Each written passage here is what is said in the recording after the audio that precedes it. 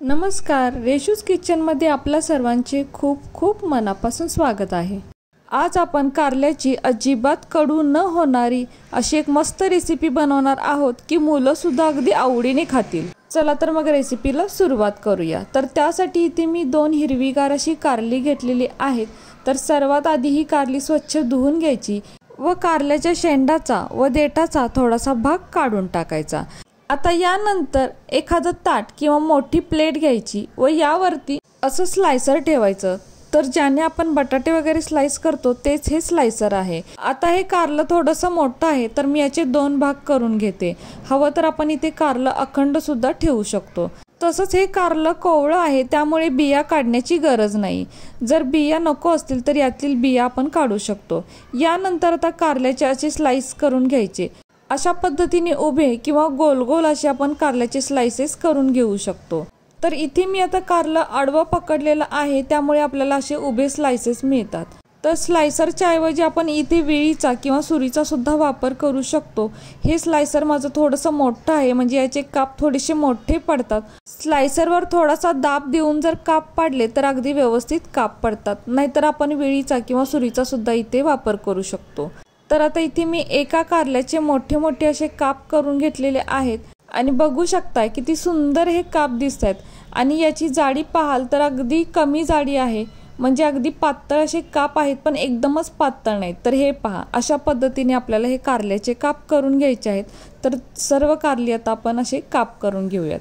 तर इथे सर्व कारल्यांचे काप करून घेतलेले आहेत आणि हे पहा, अशाच पद्धतीचे काप असले पाहिजेत। खूप जाड किंवा अगदीच पातळ नको, कारण अगदीच पातळ केले तर ते तुटू शकतात। त्यामुळे खूप जाड नाही आणि खूप पातळही नाहीत असे हे काप ठेवायचे। आता यानंतर इथे एक दुसरं भांड घेऊया, म्हणजे इथे मी मोठा बाउल घेतलेला आहे व यामध्ये आता हे कारल्याचे काप घालूयात। तर पाहू शकताय अशाच जाडीचे कारलं हवं म्हणजे रेसिपी अगदी छान तयार होते। म्हणजे खूप जाडही नकोत आणि अगदीच पातळही नकोत।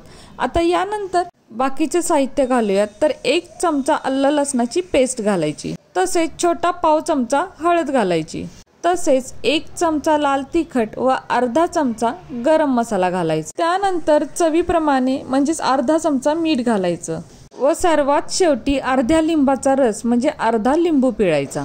यामुळे कारलं अजिबात कडू लागत नाही। आता यानंतर हे सर्व साहित्य एकत्र चांगलं मिक्स करून घेऊयात। तर चमच्याने किंवा हाताने आपण हे काम करू शकतो, पण शक्यतो हातानेच करायचं, म्हणजे घातलेले सर्व मसाले या कारल्याला अगदी छान लागतात। यामध्ये हवं असल्यास तर थोडंसं धने पावडर व जिरे पावडर सुद्धा आपण इथे वापरू शकतो। तर हाताने आपल्याला हे छान मिक्स करता येतं, किंवा दुसरी पद्धत म्हणजे असं हे टॉस करत सुद्धा आपण चांगलं मिक्स करून घेऊ शकतो। तर कारलं हे आपल्या आरोग्यासाठी खूप चांगलं आहे आणि महत्त्वाचं आहे, पण त्याच्या कडवटपणामुळे हे कोणाला खावंसं वाटत नाही। पण अशा पद्धतीने जर तुम्ही कारलं बनवलं तर नक्कीच आवडीने खाल। तर आता हे सर्व एकत्र चांगलं मिक्स झालेलं आहे। आता यावरती झाकण ठेवूया व मॅरिनेट करण्यासाठी 10 मिनिटं असंच बाजूला ठेवून द्यायचं। तर आता एक 10 मिनिटांनंतर आपण इथे पाहू शकतो मिठामुळे याला थोडंसं पाणी सुटलेलं आहे व हे कारल्याचे काप सुद्धा एकदम मऊ झालेले आहेत। आता पुन्हा एकदा अगदी हलक्या हाताने हे थोडंसं मिक्स करून घ्यायचं व यानंतर पुन्हा एखादं ताट किंवा मोठी प्लेट घ्यायची व यामध्ये आता अर्धी वाटी रवा घालायचा।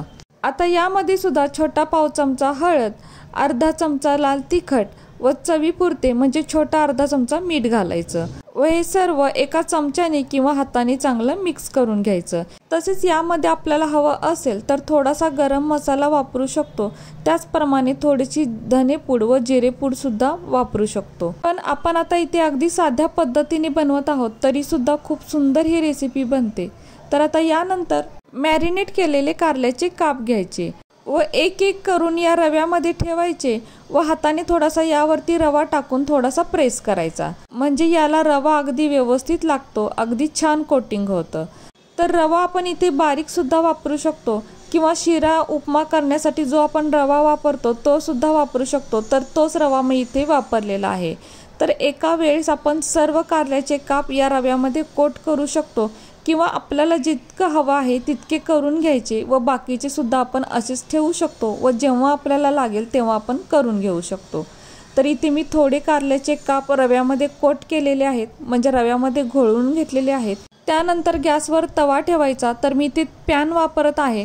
आपण चपाती भाकरी करतो तो तवा वापरला तरीही चालेल. तर पॅन थोडा गरम झाल्यानंतर यामध्ये 2 पळी म्हणजे 2 मोठे चमचे तेल घातलेले आहे. तर तेलाचा वापर आपल्याला इथे जास्त करायचा नाही. व यानंतर रव्यामध्ये कोट केलेले हे कारल्याचे काप या पॅनमध्ये ठेवून द्यायचे. तर जितके बसतील तितके आपण या पॅनमध्ये ठेवू शकतो. कारल्याचे काप ठेवल्यानंतर तेल जर आपल्याला कमी वाटत असेल तर चमच्याने साईडने थोडंसं तेल सोडलं तरीही चालेल. तर अगदी 2 मिनिटातच एका साईडने हे कारल्याचे काप भाजले सुद्धा जातात, म्हणजे शॅलो फ्राय होतात. यानंतर एका उलाटण्याने किंवा अशा पद्धतीच्या चिमट्याने हे सर्व काप पलटून घ्यायचे. कारल्याचे काप पातळ असल्यामुळे ते भाजायला अजिबात वेळ लागत नाही. व एका साईडने एकदाच भाजून घ्यायचं, सारखं उलट सुलट करायचं नाही, नाहीतर जे रव्याचं कोटिंग आहे ते निघू शकतं, म्हणजे रवा पडू शकतो. तर आता इथे सर्व कारली पलटून घेतलेली आहेत.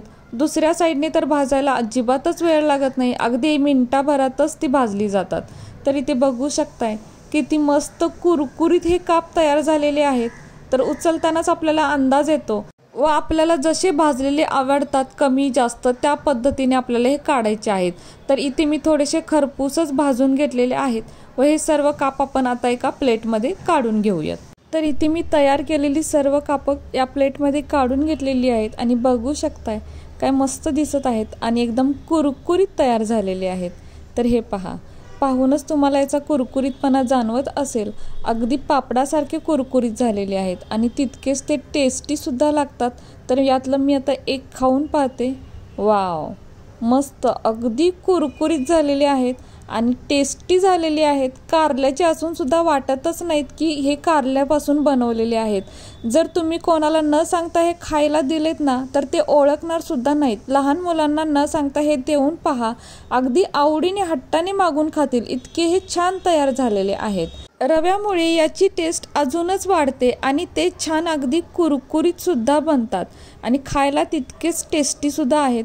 तर मी अजून एक खाते, कारण खरंच कारल्याचे असून सुद्धा ते इतके छान लागतात ना, मला अजून खावेसे वाटत आहेत. तर तुम्ही सुद्धा एकदा नक्की करून पहा.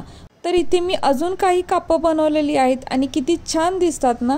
आणि कशी वाटली तुम्हाला ही आजची रेसिपी जर तुम्हाला आवडली असेल तर आपल्या माणसांसोबत नक्कीच शेअर करा.